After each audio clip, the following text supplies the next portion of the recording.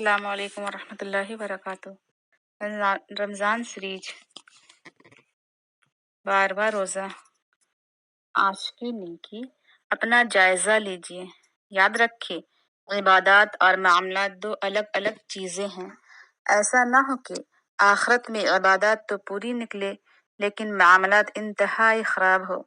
اپنے اخلاق، ایک دوسرے کے ساتھ تعلقات، مالی معاملات، لین دین وغیرہ، حلال و حرام، اپنی سوچ، اپنے لباس پر، اپنی طرز زندگی، اپنی عادات پر بھی ایک نگاہ ڈالیے۔ کیا سب عین اسلام کے مطابق ہے؟ یاد رکھیے گناہوں کی معافی میں حقوق العباد شامل نہیں ہیں۔ حقوق العباد حقداروں کی رضامندی سے ہی ساقط ہوں گے۔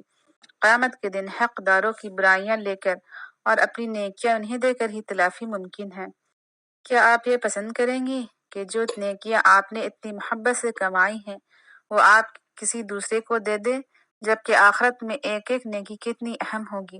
لہٰذا دنیا میں ہی عبادات کے ساتھ ساتھ اپنے معاملات پر بھی غور کرے، دل کو پاک صاف کرے، غصہ، نفرت اور کینہ چھوڑ دے، ناراض رشتہ داروں کو منا لے، کسی کے لیے نہیں، صرف اپنے ہی آخرت کے لیے۔ جزاکم اللہ خیرا کثیرا۔ السلام علیکم ورحمۃ اللہ وبرکاتہ۔